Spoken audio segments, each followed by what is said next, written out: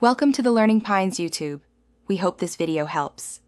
You start by backing up and confirming your iPhone is compatible. This protects data if a beta fails. Once done, sign into the Apple Beta software program or developer account with your Apple ID and enroll the device. Make sure to download the iOS Beta configuration profile directly on the iPhone and install it in Settings under Profile Downloaded. This tells your device to receive beta updates. After profile installation, restart the iPhone to complete the enrollment and move to the next step. Next, open Settings, go to General and then Software Update. Your newly installed profile makes the beta appear here. You'll tap Download and Install. Do this on stable Wi-Fi and with enough free storage because betas can be large.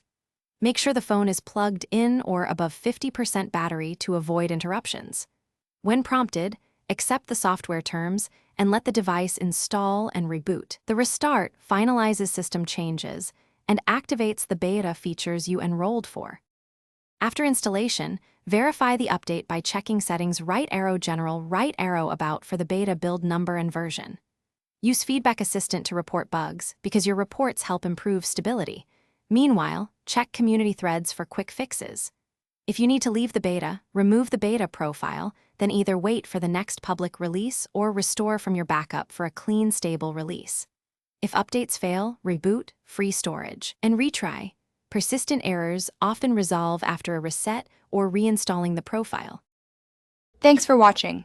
Consider subscribing if we helped you.